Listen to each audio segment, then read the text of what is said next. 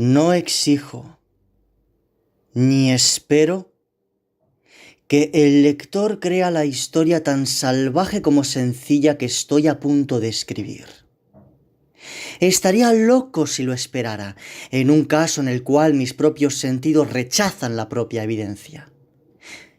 Sin embargo, no estoy loco. Tampoco estoy soñando. Pero mañana moriré. Y hoy quiero aligerar el peso de mi alma. Mi objetivo inmediato consiste en enseñar al mundo, de forma sencilla, sucinta y sin comentarios, nada más que una serie de hechos domésticos. La consecuencia de estos hechos me ha aterrorizado, me ha atormentado, me ha destruido. Sin embargo, no intentaré explicarlos. Para mí solo significaron horror. Para muchos parecerán menos terribles que extravagantes. Tal vez, de ahora en adelante, algún intelecto podría reducir mi fantasma a un lugar común. Algún intelecto más calmado, más lógico y mucho menos excitable que el mío, que percibirá, en las circunstancias que detallo con horror, nada más que una sucesión natural de causas y efectos.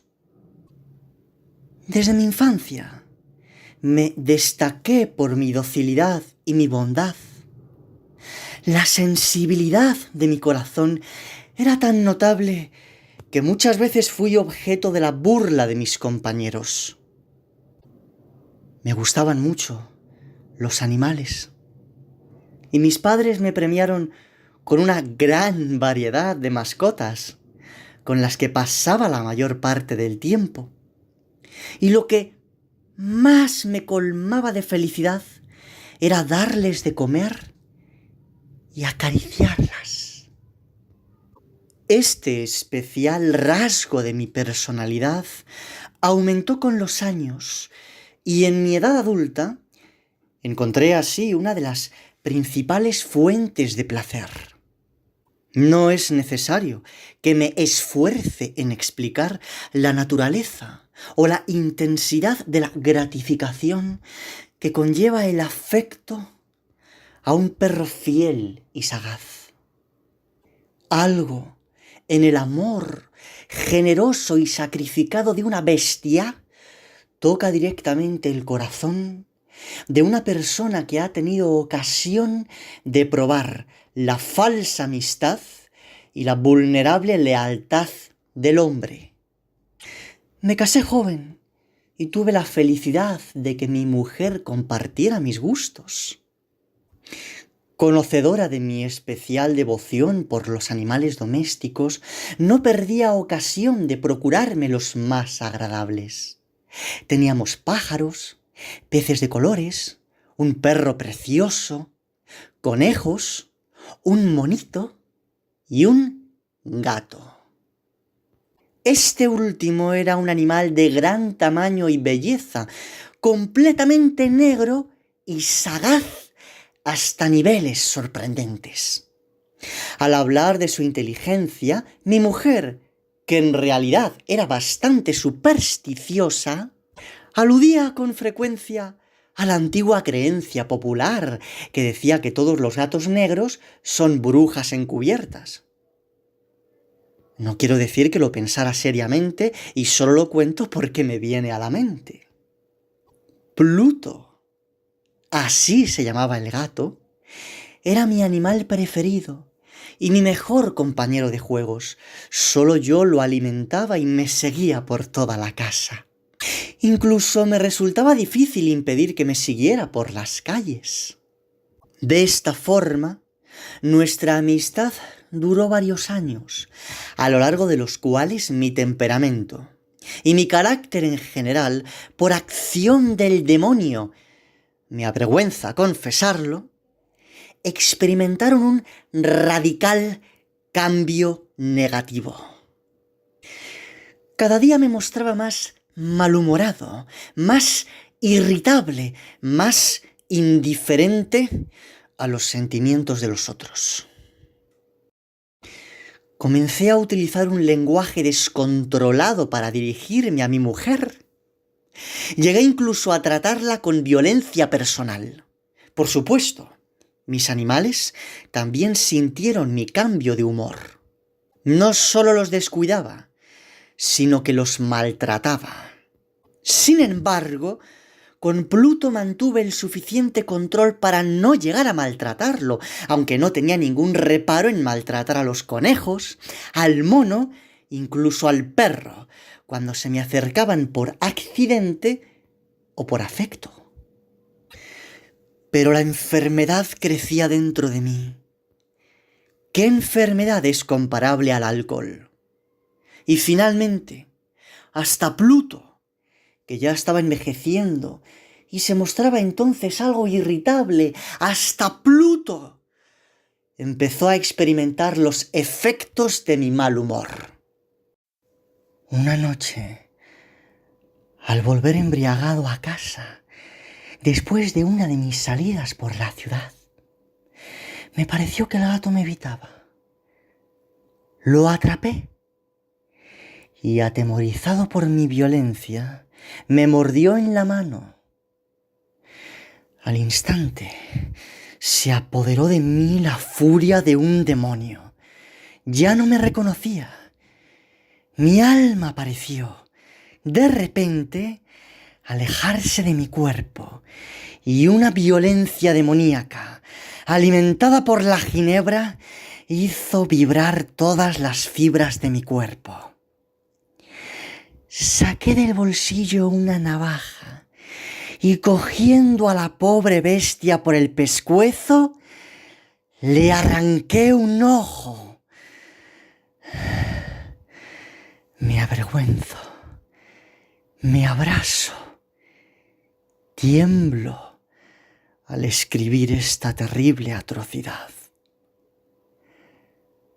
Cuando la razón me volvió la mañana siguiente, cuando hube alejado con el sueño la ira de la noche de embriaguez, experimenté un sentimiento medio de horror, medio de remordimiento por el crimen que había cometido. Pero era, sin duda, un sentimiento débil y equívoco, y mi alma no se vio afectada. Nuevamente me sumergí en los excesos e intenté ahogar en vino todo recuerdo del suceso. Mientras tanto, el gato se recuperaba lentamente. Es verdad que la órbita del ojo perdido presentaba un aspecto horrible, pero ya no parecía sufrir de dolor. Andaba por la casa como siempre, pero, como era de esperarse, huía de mí horrorizado cada vez que me acercaba. Como todavía mantenía algo de mi antiguo corazón, al principio me sentí triste por el evidente rechazo de una criatura que tanto me había amado. Pero este sentimiento pronto dio paso a la irritación. Y después sobrevino, para provocar mi caída final, el espíritu de la perversidad. La filosofía no puede explicar este sentimiento.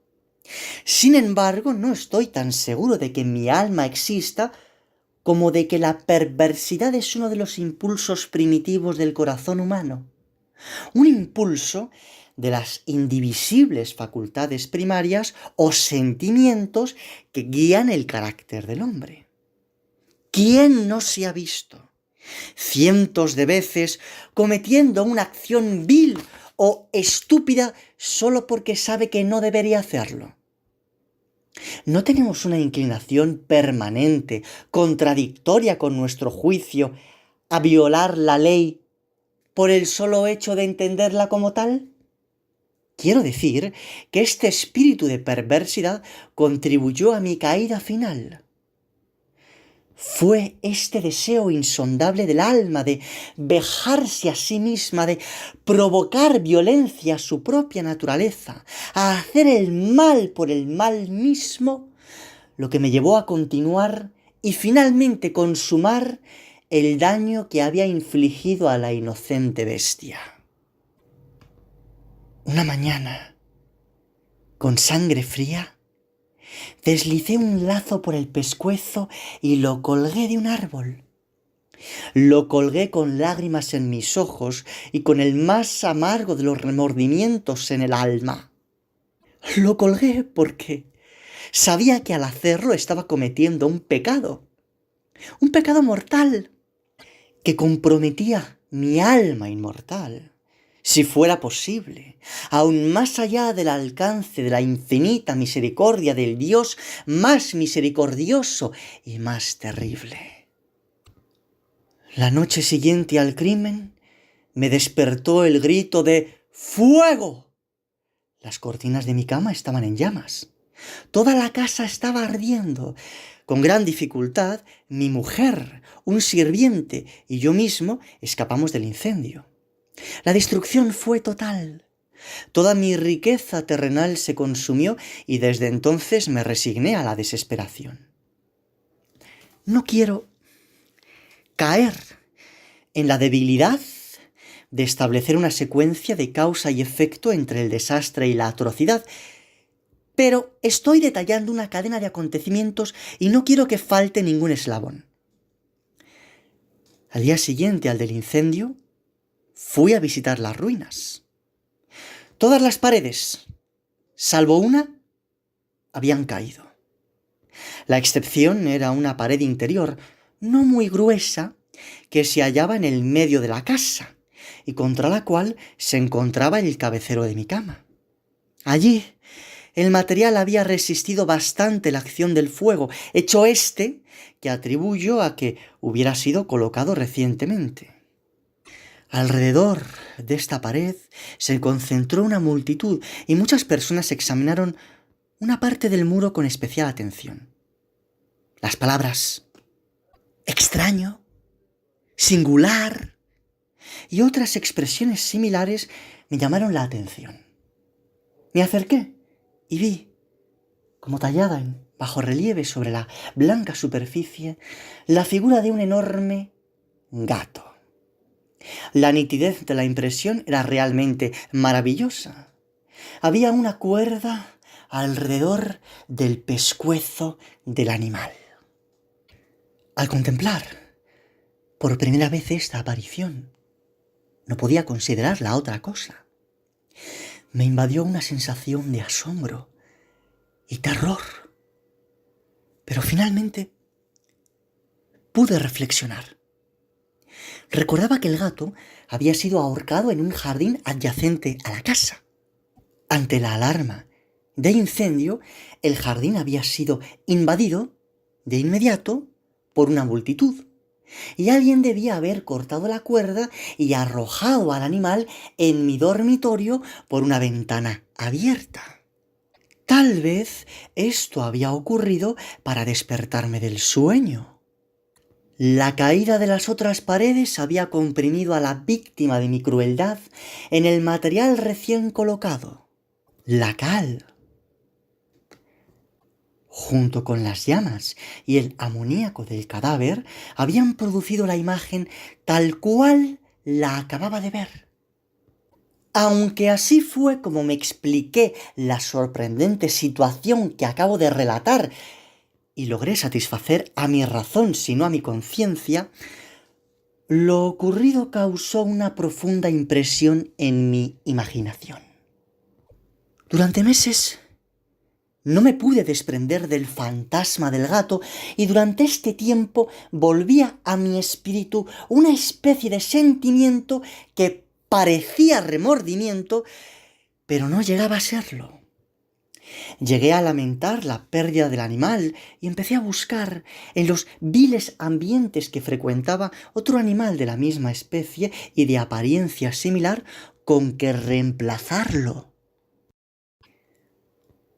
Una noche, mientras estaba sentado, medio embriagado, en una taberna más que infame, me llamó la atención de repente un pequeño objeto negro que reposaba sobre uno de los inmensos toneles de ginebra o ron que conformaban la principal decoración del lugar.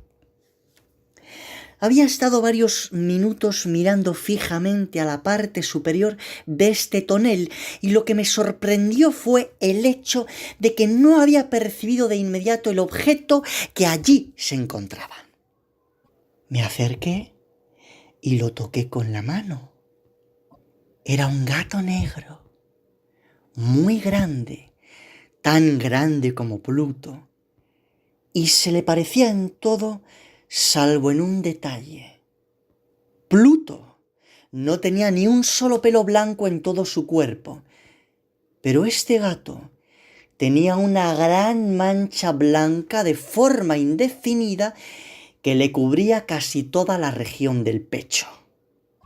Al tocarlo, se levantó rápidamente, ronroneó fuerte, se frotó contra mi mano y parecía contento con la atención que le estaba prestando. Por tanto, esta era la criatura que estaba buscando. Enseguida ofrecí comprárselo al dueño, pero esta persona no se hizo cargo, no sabía nada de él, nunca lo había visto. Continué con mis caricias, y cuando me preparé para ir a casa, el animal demostró que estaba dispuesto a acompañarme. Le permití que lo hiciera, deteniéndome cada poco para inclinarme y acariciarlo. Cuando llegó a casa, se acomodó rápidamente y se convirtió en el favorito de mi mujer. Por mi parte, pronto descubrí una sensación de disgusto en mí. Era justo lo contrario de lo que había anticipado, pero no sé cómo ni por qué. Su evidente cariño hacia mí me disgustaba y me enfadaba. Desde hacía poco, estos sentimientos de disgusto y enfado se convirtieron en la amargura del odio. Evitaba a la criatura, una sensación de vergüenza y el recuerdo de mi anterior crimen no me permitían abusar físicamente de él. Durante varias semanas no le pegué, ni lo maltraté de otro modo. Pero gradualmente, muy gradualmente, llegué a mirarlo con un odio indescriptible y a huir en silencio de su despreciable presencia como si fuera la peste. Sin duda, lo que aumentó mi odio hacia la bestia fue el descubrimiento, la mañana después de haberlo llevado a casa, de que, como había ocurrido con Pluto, le faltaba un ojo. Sin embargo, esta circunstancia solo hizo que mi mujer se encariñara más con él. Ella, como dije, tenía un notable sentimiento de humanidad que alguna vez también me había distinguido y había sido la fuente de muchos de mis más simples y puros placeres. Sin embargo, mi aversión por el gato aumentó el cariño del animal hacia mí. Me seguía con una terquedad difícil de explicar. Ahí donde me sentaba, venía a cobijarse debajo de mi silla, o saltaba sobre mis rodillas y me cubría de odiosas caricias. Si me levantaba para caminar, se ponía entre mis pies y casi me hacía caer, o se colgaba de mi ropa y trepaba hasta mi pecho. En esos momentos, aunque deseaba destruirlo de un golpe, me reprimía, un poco por el recuerdo de mi anterior crimen, pero más que nada, debo confesarlo de una vez, por un horrible miedo al animal. Este miedo no era exactamente un miedo al mal físico, y sin embargo, no sabría cómo definirlo. Me avergüenza reconocer. Sí, aún en esta celda me avergüenza reconocerlo, que este terror y este horror que el animal me inspiraba se veían aumentados por una de las más simples quimeras que se pueda concebir. Mi mujer me había llamado la atención más de una vez acerca del carácter de la marca de pelo blanco de la que ya hablé y que constituía la única diferencia visible entre este gato desconocido y el que yo había destruido. El lector recordará que esta marca, aunque era grande, no tenía forma definida. Sin embargo, poco a poco, tanto que era casi imperceptible y que por mucho tiempo mi razón luchó por rechazar por fantasioso, comenzó a tomar una forma distinta. Ahora era la representación de un objeto que tiemblo a mencionar.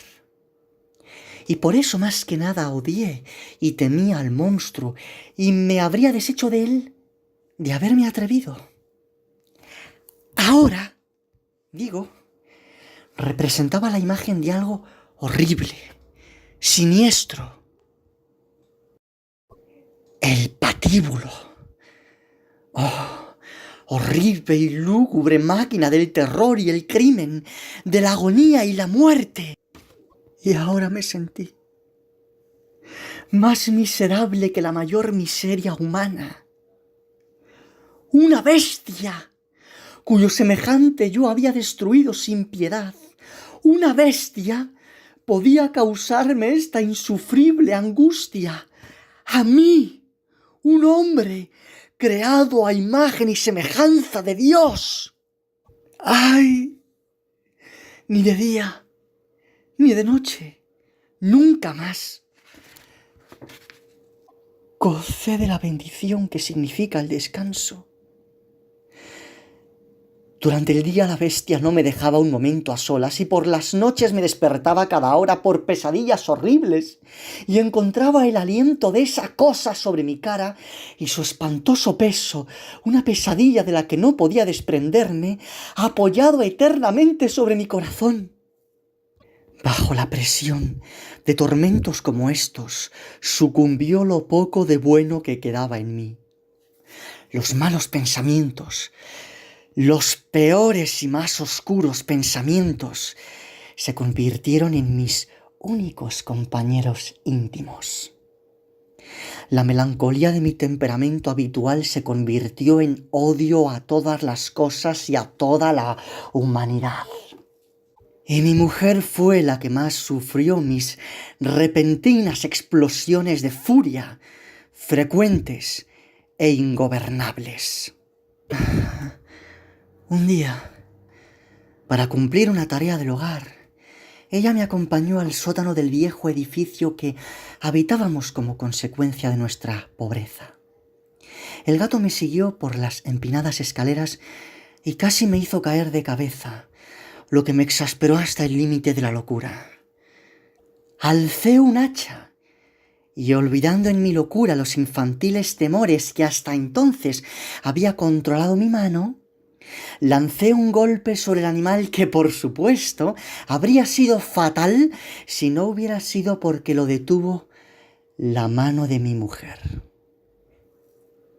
Cargado por su intervención, de una rabia más que demoníaca, solté mi brazo y le clavé el hacha en la cabeza. Cayó muerta al instante, sin emitir un solo quejido. Una vez cometido este horrible asesinato, me dediqué, con sangre fría y deliberadamente, a la tarea de ocultar el cadáver. Sabía que no podía llevármelo de la casa, ni de día, ni de noche, sin arriesgarme a que algún vecino lo notara. Pensé en varios proyectos. Por un rato pensé en cortar el cuerpo en pequeños fragmentos y quemarlos. En otro momento pensé en la posibilidad de cavar una tumba en el suelo del sótano. Más tarde consideré la posibilidad de arrojar el cadáver al pozo del patio o meterlo en una caja como si fuera una mercancía en un embalaje habitual y pedirle a un porteador que lo retirara de la casa. Finalmente di con la solución que consideré la mejor que todas estas alternativas. Decidí empotrarla en la pared del sótano, como hacían los monjes de la Edad Media con sus víctimas. La pared del sótano se adaptaba a la perfección para este propósito. Las paredes estaban construidas con materiales poco firmes y habían sido cubiertas recientemente con un yeso de mala calidad que la humedad del ambiente no había permitido endurecer. Además, una de las paredes era un saliente producido por una falsa chimenea y hogar que había sido rellenado para asemejarse al resto del sótano. No dudé de que podría remover los ladrillos de esta zona, colocar el cuerpo y reconstruir la pared como antes, de modo que nadie podría detectar nada sospechoso. Estos cálculos eran correctos.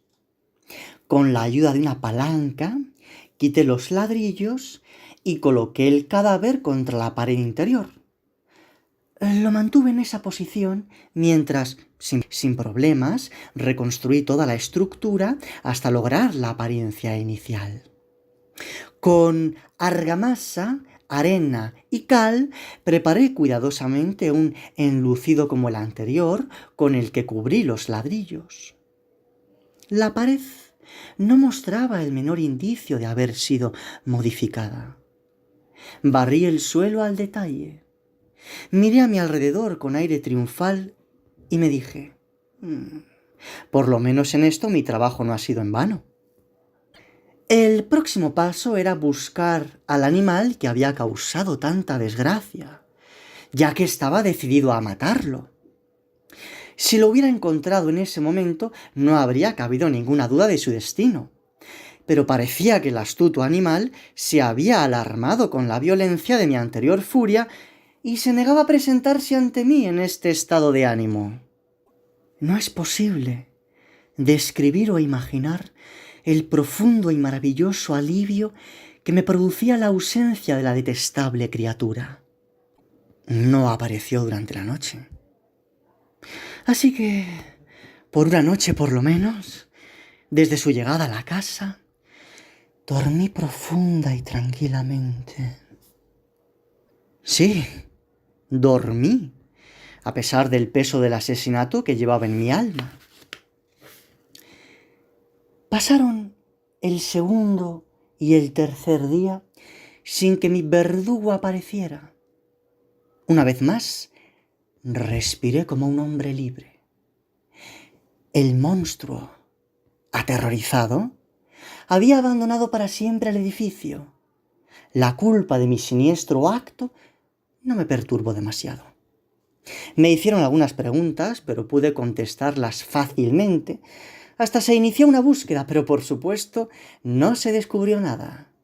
Ya sentía que la felicidad futura estaba asegurada.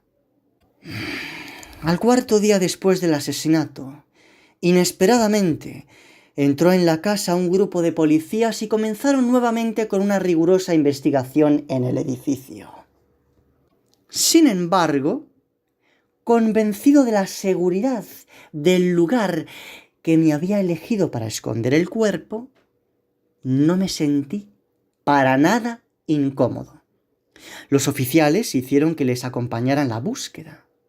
No dejaron un solo rincón sin explorar. Por fin, por tercera o cuarta vez, bajaron al sótano. Los seguí sin que me temblara un solo músculo. Mi corazón latía con calma, como el de aquel que duerme en su inocencia. Caminé de un lado a otro del sótano, me crucé de brazos y anduve tranquilamente de acá para allá. Los policías estaban completamente satisfechos y se preparaban para partir. La alegría de mi corazón era demasiado fuerte para ser reprimida. Me moría de ganas por decirles al menos una palabra para expresarles mi triunfo y para dejarlos doblemente seguros en su convencimiento de mi inocencia. Señores, dije finalmente mientras el grupo subía por la escalera. Me alegro de haber disipado todas sus sospechas. Les deseo felicidad y un poco más de cortesía. Adiós, señores. Esta es una casa muy bien construida. En mi deseo rabioso de decir algo con naturalidad, casi no supe lo que estaba diciendo. Quiero decir que esta casa está excelentemente bien construida. Estas paredes... ¿Ya se van los señores? Estas paredes tienen una construcción muy sólida. Y entonces, con el frenesí propio de mis alardes, con un palo que tenía en la mano, golpeé con fuerza la pared, justo en el sitio donde estaba el cuerpo de mi adorada mujer. Pero Dios me proteja y me libre de las garras del demonio. En cuanto terminó el eco de mis golpes en el silencio, una voz me respondió desde la tumba. Un llanto, al principio entrecortado como el gemido de un niño, luego un grito prolongado, fuerte y continuo, completamente anormal e inhumano.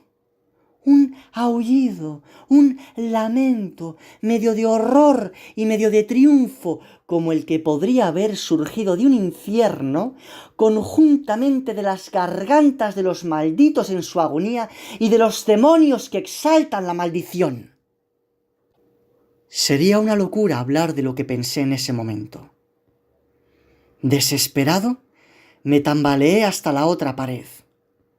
Por un instante, el grupo que se hallaba en las escaleras se quedó inmóvil por el terror. A continuación, una docena de fuertes brazos golpearon la pared. Cayó de una vez. El cuerpo, ya decadente y manchado con sangre coagulada, se mantuvo firme ante los ojos de los espectadores. Sobre su cabeza, con su gran boca roja y su solitario ojo de fuego, estaba la horrorosa bestia cuya astucia me había llevado al asesinato y cuya voz delatora me estaba entregando al verdugo. Había emparedado al monstruo en la tumba.